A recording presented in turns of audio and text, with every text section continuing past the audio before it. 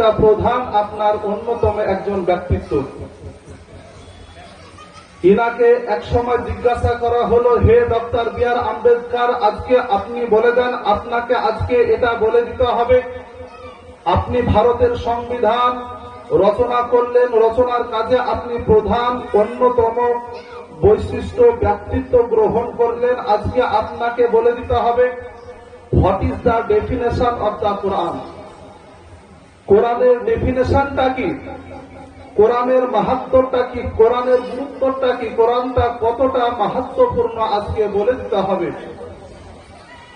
Doctor B আর আম্বেদকর পৃথিবীর মানুষকে বলে দিতে চাইছেন, হে পৃথিবী মানুষ শোনো শোনো, আজকে আমি ডক্টর বি আর আম্বেদকর ভারতের সংবিধান রচনা করেছি ঠিকই, কিন্তু আমি এই সত্য কথাটি পৃথিবীবাসীকে বলে দিতে বাধ্য, আমার বিচার কাঠির মানদণ্ডে এক পাল্লায় যদি ভারতের সংবিধানকে দাঁড় করিয়ে দাও, এক পাল্লায় যদি পাকিস্তানের সংবিধানকে দাঁড় করিয়ে দাও, এক পাল্লায় যদি আপনার বাংলাদেশের সংবিধানকে দাঁড় করিয়ে দাও, এক পাল্লায় যদি মিশরের সংবিধানকে দাঁড় করিয়ে দাও, এক পাল্লায় যদি সৌদির সংবিধানকে দাঁড় করিয়ে দাও, এক পাল্লায় যদি কুয়েতের সংবিধানকে দাঁড় করিয়ে দাও, এক পাল্লায় যদি কাতারের সংবিধানকে দাঁড় করিয়ে দাও, এক কথায় পৃথিবীর বুকে 193টি দেশ রয়েছে, 193টি দেশের সমস্ত সংবিধানকে যদি এক পাল্লায় দাঁড় করিয়ে দেওয়া হয়,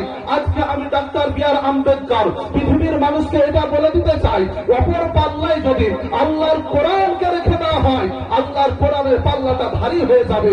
বলে কেন কেন? বলে এই কারণে the Quran is the ultimate constitution for the human being.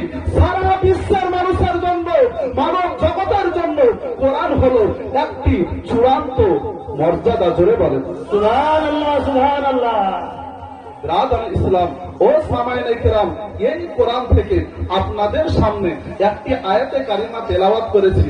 আজকে আমরা ঈদে মিলাদুন নবী সম্পর্কে আলোচনা করব। সময় খুব সংকীর্ণ, সভাপতি সাহেব আমাকে দিয়েছেন মাত্র 1 ঘন্টা সময়। এই 1 ঘন্টা সময়ের মধ্যে ইনশাআল্লাহ আপনাদের কোরআন ও হাদিস দ্বারা কিছু আলোচনা করে শোনাবো। যতটুকু আল্লাহ তৌফিক দান করবেন ইনশাআল্লাহ ততটুকুই আপনাদের সামনে আমি আলোচনা করব।